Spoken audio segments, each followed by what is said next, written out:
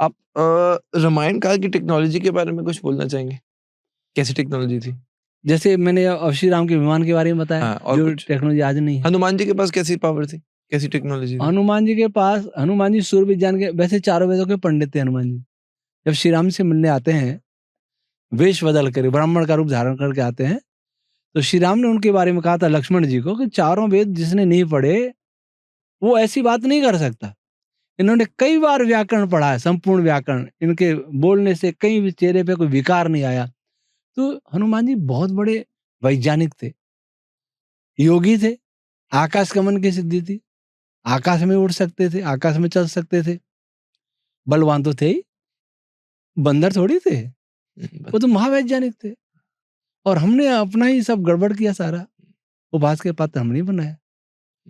हमने ये सोच के बना दिया भाई श्री राम की कृपा से जानवर भी उनके मित्र बन गए या उनका भी उद्धार कर दिया, ऐसी बात नहीं है। वो जानवर नहीं थे, महान महान व्यक्ति थे, महान व्यक्ति, योगी और वैज्ञानिक सब आ गया उसमें। तो रामायण भी अस्त्र शस्त्र है, जब ब्रह्मास्त्र है, इंद्रास्त्र है, वरुणास्त्र है। आज दिल्ली में पॉल्यूशन हो रहा है, थोड़ी हवा चलेगी शांति हो जाएगी, पॉल्यूशन चला गया। पहले वायु अस्त्र चला दो, आंधी चले, हवा अपने आप प्रदूषण दूर भाग जाएगा। कहाँ आज ये? कैलिफोर्निया में आग लगी, किसी से नहीं बुझी, कितना ही प्रयास कर लिया। अब वो श्री राम होते, एक वरुणा छोड़ा, परजन छोड़ा, बादल बनी, वर्षा करा दी, आग बुझ जाएगी। रावण की क्या ताकत थी? रावण भी बहुत बड़े वैज्ञानिक थे, बहुत बड़े वैज्ञानिक थे रावण। बस यही था कि रावण भोगी विलासी ज्यादा था, लेकिन फिर भी आज के भोगी विलासों से रावण अच्छा था। सीता जी का हरण किया, बलात्कार नहीं किया, स्पर्श तक नहीं किया, बिना उनकी इच्छा के। उनके ये कहा कि तुम मुझे स्वीकार कर लो, नहीं तो हमारे राक्षस टुकड़े खा लेंगे तुम्हें। लेकिन उसने स्पर्श नहीं किया, केवल पकड़ के लाया, उतना ही है, उसके बाद नहीं छुआ। तो आज के लोगों से बहुत अच्छा था। हाँ, श्री राम के लिए वो ठीक नहीं था, क्योंकि बहुपत्नी प्रथा थी वहां, और भोग विलास की इजाजत थी। जिस दिन लाओ सबसे विवाह कर लो, बिना विवाह के तो नहीं छेड़ते थे। लेकिन श्री राम एक बहुत मर्यादित थे। अध्यात्म यहाँ प्रबल था, पदार्थ विज्ञान वहां बहुत था। इनका पदार्थ विज्ञान भी था, इनका अध्यात्म विज्ञान भी था, उनमें पदार्थ विज्ञान बहुत। पर कहते हैं रावण ने काल को भी अपने चरणों में रखा हुआ। नहीं, वो तो कहने की बातें, काल किसी के वश में नहीं होता, काल तो सदैव चलता रहता है। काल तो केवल ईश्वर के द्वारा ही नियंत्रित होता है। और नियंत्रित का मतलब ये भी नहीं कि काल ईश्वर उसको कम ज्यादा कर ले, वो जो नियम जो परमात्मा का, उसके अनुसार काल अपना काम करता है। पर योग सिद्धियां तो होती है ना? योग सिद्धियां होती है, योग सिद्धियां थी। आकाश गमन वो भी करते थे, वो भी आकाश गमन कर लेते थे, ये योग सिद्धि थी उनको। आज ऐसा हो सकता है कोई अगर ऐसी सिद्धि पा ले कि कोई आकाश में उड़ सकता है, जैसे आप बता रहे हो उस वक्त? कर सकता है। कैसे?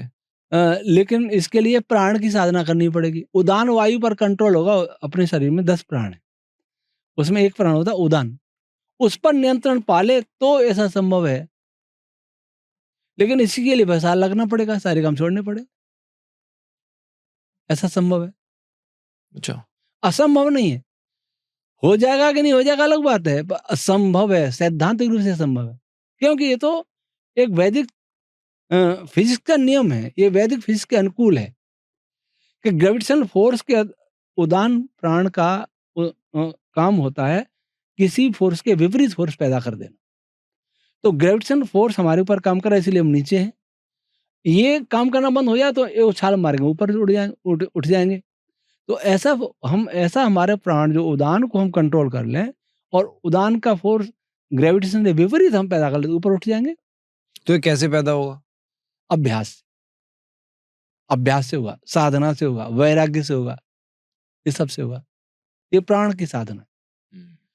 योग के मार्ग में ये सिद्धियां हैं, लेकिन लक्ष्य ये नहीं है, लक्ष्य ईश्वर प्राप्ति होता है।